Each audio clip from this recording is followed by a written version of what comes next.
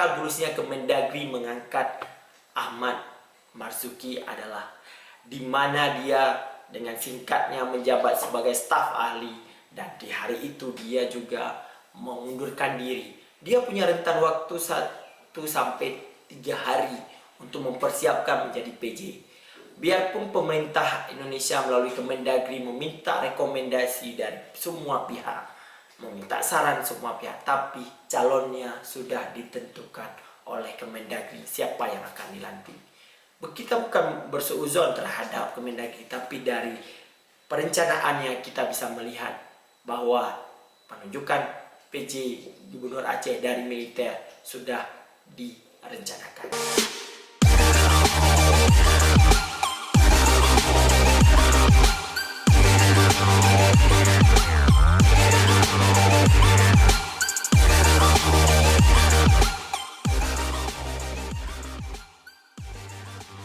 Assalamualaikum warahmatullahi wabarakatuh. Hai, berjumpa lagi dengan saya Deddy Saputra Jalil. Hari ini kita akan membahas topik yang menarik sih.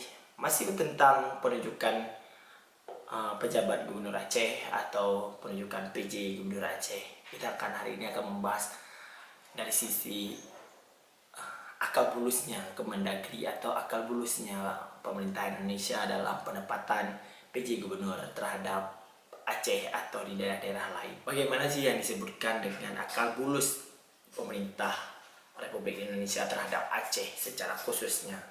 Kita ada 2 poin yang akan kita angkat hari ini, di mana yang pertama adalah akal bulus pengangkatan seorang TNI aktif menjadi PJ Gubernur Aceh.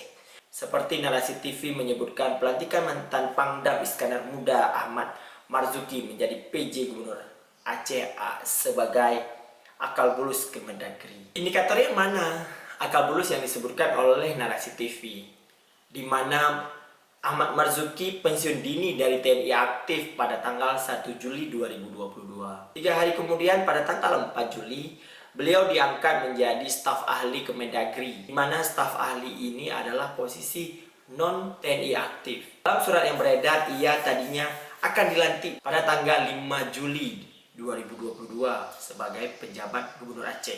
Kemudian diundur menjadi tanggal 6 Juli dan lokasi pelantikannya berpindah dari tadinya di Jakarta menjadi di Aceh. Terus narasi TV juga mengangkat tema bulusnya ini bukan tanpa alasan. Sebab narasi TV juga mengulik tentang statementnya Kemendagri Tito Karnavian berjanji tidak akan mengangkat TNI maupun Polri aktif menjadi penjabat gubernur dan penjabat bupati maupun wali kota di Indonesia.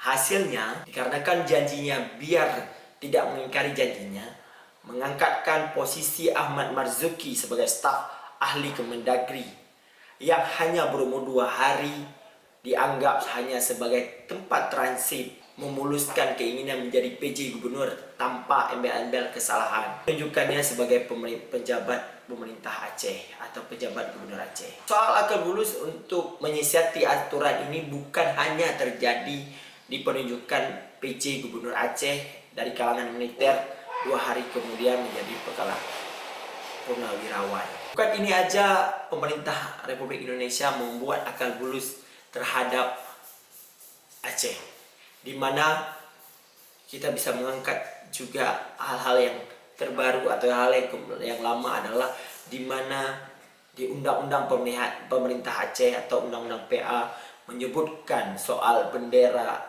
Aceh. Dalam Undang-Undang Pemerintahan Aceh dulu, dalam kesepakatan antara damai antara GAM dan RI, mengisyaratkan bahwa Aceh mempunyai bendera, lambang, dan himne tersendirinya. Di dalam Undang-Undang Pemerintahan Aceh atau Undang-Undang PA jelas disebutkan bahwa Aceh berhak mempunyai bendera tersendiri, tetapi tak ada rincian seperti apa wujud benderanya. Tidak ada aturan detail mana yang boleh, mana yang tidak terhadap bendera yang akan dikibarkan oleh pemerintah Aceh atau oleh orang-orang di Aceh. Jika diatur lebih, bisa jadi Undang-Undang Pemerintahan Aceh tidak akan kunjung diterima oleh Aceh sendiri atau dulunya adalah mantan kombatan GAM. Pihak GAM yang dulunya memakai bendera bintang bulan bergaris hitam putih sebagai bendera atau atribut organisasi GAM sudah membayangkan akan menaikkan bendera dengan ciri khasnya sendiri, dengan marwahnya sendiri. Padahal kanun atau perda terhadap bendera, lambang, dan himne Aceh itu sudah disahkan antara gubernur dan anggota DPRD atau anggota DPRA Aceh beberapa tahun yang lalu. Terus di mana letak akal bulusnya pemerintah Indonesia terhadap Aceh? Beberapa bulan setelah Undang-Undang Pemerintahan Aceh pada tahun 2006 disahkan oleh DPR RI, tetapi apa yang menjadi kendalanya adalah di mana setahun kemudian di tahun 2007 pemerintah Indonesia mengeluarkan peraturan pemerintah nomor 77 tahun 2007 di mana mengatur secara rinci terhadap bendera. Intinya adalah simbol dan atribut GAM tidak bisa digunakan untuk lambang daerah karena dianggap bahwa bendera lambang GAM adalah lambang separatis, lambang yang dilarang berkibar di tahun-tahun sebelumnya.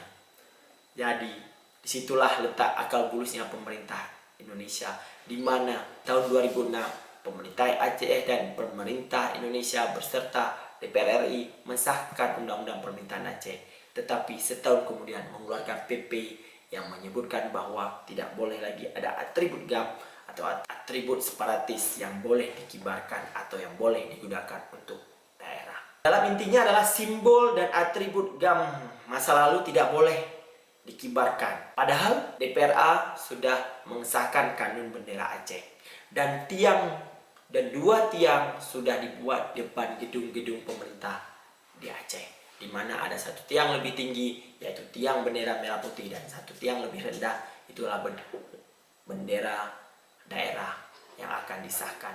Bulus atau tidak peraturan atau yang dilakukan oleh Kemendagri ini mengisyaratkan bahwa persepsi orang berbeda-beda, di mana kita bisa melihat di dua penunjukan atau dua kejadian ini mengakibatkan pemerintah tidak terbuka terhadap Aceh, di mana kita bisa melihat kewenangan yang dikasih untuk Aceh basis separuh-separuh. Sekarang militerisasi terhadap Aceh sangat kental, di mana pejabat pemerintahan juga di kalangan pemerintah, di kalangan militer, biarpun statusnya sebagai purnawirawan, tetapi masih ada embel-embel tentang militerisasi. Banyak penolakan di mana-mana tentang militerisasi terhadap Aceh. Di Jakarta kemarin juga banyak yang mendemo dan Kemendagri juga selalu menyebutkan bahwa dia purnawirawan, bukan TNI aktif. Tetapi itu masuk dalam militerisasi di Aceh. Semoga kita bisa melihat, semoga kita bisa merasakan kenyamanan dengan PJ Gubernur baru. Tetapi harapan orang Aceh terhadap PJ ini sangat besar. Biarpun dia tidak dipilih langsung oleh masyarakat Aceh secara umum, tetapi dia mempunyai tanggung jawab besar terhadap Aceh, mempunyai harapan besar terhadap Aceh. 2 tahun itu tidaklah singkat dalam menjabat sebagai gubernur Aceh. Dia bisa membuat banyak hal terhadap Aceh. Dia bisa membuat apapun terhadap Aceh di 2 tahun tersebut. Dia bisa membawa Aceh dalam terpurukan atau membuat Aceh dalam kemakmuran. Tergantung di mana letak atau di mana kewenangan yang diberikan oleh pusat terhadap PJ Gubernur Aceh. Di tahun 2022 ini hampir semua wali kota, bupati dan di Aceh ini akan habis masa jabatannya. Semoga kedepannya ada putra-putra asli Aceh yang bisa membangun daerah-daerah di kabupaten kota di Aceh. Kemarin sudah ada pelantikan PJ wali kota di Banda Aceh. Besok ada pelantikan atau hari ini ada pelantikan di Kabupaten Aceh Besar. Besoknya lagi ada di Pidi dan Pidijaya dan beberapa wilayah lain. Semoga Aceh akan terus aman dan damai.